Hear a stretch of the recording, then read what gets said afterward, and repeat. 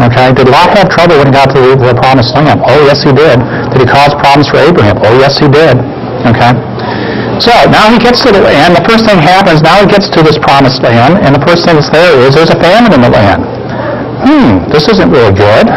So what does Abraham have? His choice is, do I stay in the land of famine and trust God, or I go where? Egypt. Okay, walk by sight. What did he choose? He went to Egypt. Did he get in trouble in Egypt? Oh, yes, he did.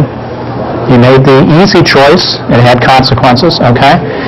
He comes back to the land. Of course, now, Lot, there's problems between him and Lot, and it's a choice of where you're going to settle. And, of course, Abraham's starting to learn this humility. He lets Lot make the first choice. Lot, being not as bright as Abraham, makes the wrong choice. He chooses Sodom and Gomorrah.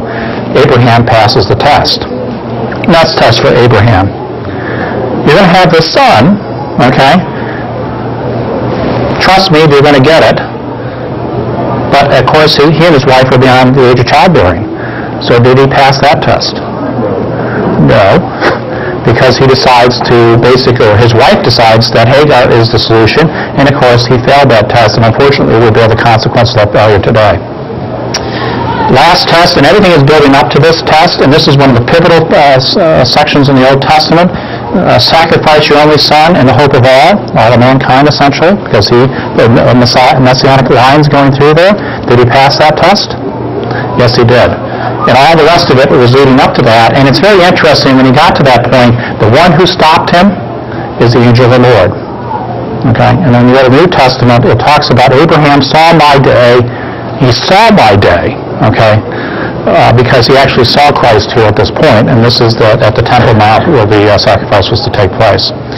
Let me go to a personal illustration, which is partnership decision. As an attorney, one of the key models for being a private firm is you have to be successful, you need to be a partner in the firm. You start as an associate, work your way up, anywhere from 6 to 8 years to become a partner. Once you become a partner, you're essentially set for life. It's a very lucrative opportunity. I struggled with this issue as I got to partnership in 1986. What to do? I was offered partnership. I was troubled by the fact that is this potentially being unequally yoked with unbelievers, because obviously the rest of the partners were not believers. This was a fairly large law firm. He had many discussions with folks in the churches, pastors and that, and I posed these questions to them, and they really didn't understand what I was asking, because they all knew this verse is basically applying to the marriage situation. But after doing some reading on other older authors, I became convinced this was a situation that affected in partnership situations. At that time, I wasn't certain what to do. I did become a partner, but as time went on, the Lord brought other issues in my life and showed that was the wrong decision. I went through a fairly serious illness shortly after I made the decision to partnership. The law firm decided we were going to take on massive debt. I had issues with too much debt, but they were buying the building, so essentially I was going to be several $1 million in debt because I'd be a partner of the law firm. The partnership was going to start to become more politically involved and making political contributions for issues that I would not be happy with because of my own Christian convictions. So the net effect is, after a lot of struggle, a lot of prayer and all that, the decision was finally made to walk away from partnership and make the hard decision. And again, a lot of this was worked out at that time. Walk away from it, from my career path since before high school, when I was in high school, to be in private practice. In addition, of course, I had a family, 2 kids at that time, 50% plus pay cut to make the change. And I made the change. And I never regretted it, and the Lord was very good about that and blessed since that time. But again, another illustration, the hard decision tends to be the right decision. You need to force yourself to do things that you don't want to do. Okay? So one of those valuable lessons that I've learned.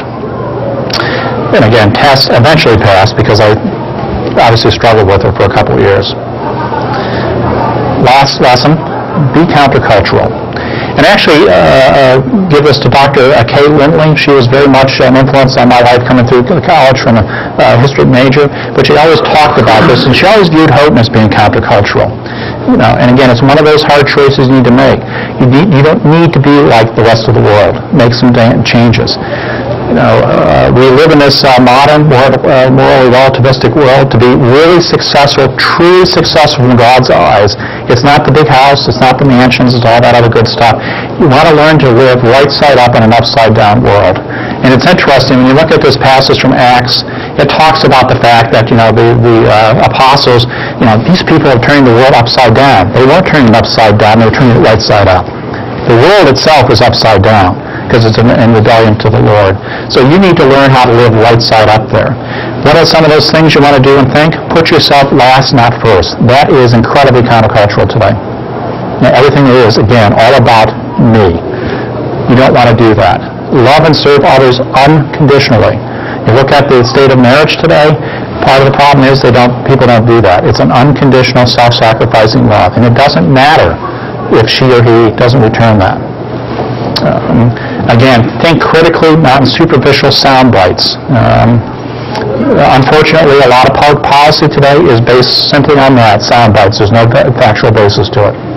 It was mentioned that our son serves in Iraq, and he does. He's in a combat unit there, and it's interesting his perspective on the ground with what's going on there.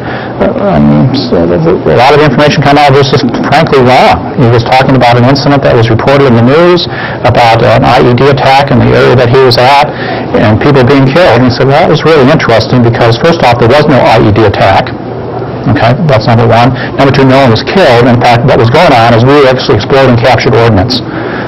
And the reporters translated that into an insurgent attack with people being killed. Just wrong. Just not true. So, not only do they speak in sound bites, it's just truth is not important today in the media, so just be careful about that. Again, trust God in all things. And again, you will see difficult things. We just recently had news today that a friend of ours, 45 years old, died of cancer, brain cancer, and very, very difficult. You'll run into that in your life. And how do you cope with that? Keep your eyes fixed on Christ. And again, he is the author and perfecter. And again, love not this world. This is not your true home. But a lot of people are really infatuated with it. And it's particularly difficult for folks that are older, or younger I should say, because you've not had the experience. But the more you walk with the Lord, the more you keep your eyes fixed on this, the more you actually are looking forward to that time when you can move on to where your true home is. Live as that strangers and exiles in this land. Some examples from our own life, we made some decisions very early to be countercultural in a sense. Connie did not work. She was a stay-at-home mom. That, of course, led to income issues at that point. Obviously, when I made the choice to leave private practice, that had an impact also, but that did not change the situation. She stayed as a stay-at-home mom. We basically decided we were going to do what we needed to do from our perspective, make sure our kids got through school without any debt. That happened. Both kids got out. Nathan, of course, since he went to West Point, he actually made money at school because they actually pay him to go to school. So you get a free tuition and pay. Now there's a downside to that. His vacation currently over on the beach over in Iraq. But Elizabeth got through debt-free. But there was a cost to that because we lived at a reduced lifestyle to put that money aside, sacrificing our own interests for the benefit of our children. Live counterculturally to do that. Not surprising. Walk by faith, not by sight. It can be done. It has been done in the past. There is a great cloud of witnesses that will tell you that. These are people that are testifying that they've done it before. And remember, if you do that, and you read through Hebrews 11, it gets down to the bottom of that and basically said, the people that do that are men and women of whom the world is not worthy. Not worthy. And the folks whom you're going to meet in heaven are not going to be the great people. They're going to be the other folks. I've done a lot of work for special needs ministries over the years, and I look forward to the day when I can actually meet those individuals and they're going to be completely healed. But they will be in heaven because they understand what it means to be totally dependent upon others. We, unfortunately, are the truly handicapped individuals because we don't. Okay? Questions? I was told to be short and brief, so I tried to do that. Any questions?